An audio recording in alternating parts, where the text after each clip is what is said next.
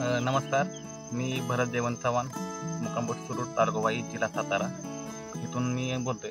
तर माझा हा टोमॅटो प्लॉट आहे। तर ह्याची वाढ होत नव्हती आणि त्यासाठी मी सुरुवातीला पोषक लेवल 1 हे वापरलं गेलं। त्यासाठी माझी वाढ एकदम छान आणि उत्तमरित्या प्लॉटला तिनं प्रतिसाद चांगला दिला।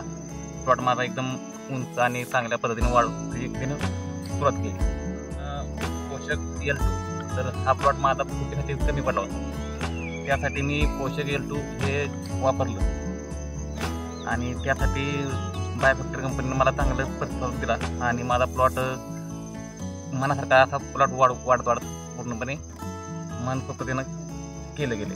आणि फक्त की बायोफॅक्टरी कंपनीची औषधं एवढी रिझल्ट आपण शकतो त्याला खराब एकदम छान ह्याचा वापर केल्यामुळे मला पण एकदम रिझल्ट छान। माझी एकच की तुम्ही सुद्धा खरंच वापर, आपल्याला ह्यातून जात आहे, आपल्याला फायदा नक्की होतोय। त्यासाठी तुम्ही धन्यवाद।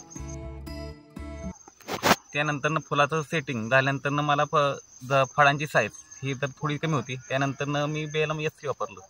BLM S3 वापरल्यानंतर मला फळांची साईज ही एकदम छान अशी एकदम म्हणजे मनासारखी वाढत गेली। त्यासाठी BLM S3 एकदम ओके आहे। झाडांचं ग्लेजिंग जरा कमी होतं आणि त्यानंतर मुळ्यांची वाढ आणि ग्लेजिंगसाठी मी BOCचा वापर केला। BOC वापरल्यानंतर मला झाडांचं ग्लेजिंग आणि मुळ्यांचं वाढ आणि एकदम रिझल्ट एकदम छान आला। त्यानंतर फुलांची गळ जरा होत होती, सेटिंगसाठी जरा आणि थोडंसं फुलांचं जरा प्रमाणाने कमी होतं। सेटिंगसाठी थोडंसं संपूर्ण आपलं कॅनमॅगचा वापर केला। त्यानंतर सेटिंग आणि फुलगळ आणि व्यवस्थित झालं।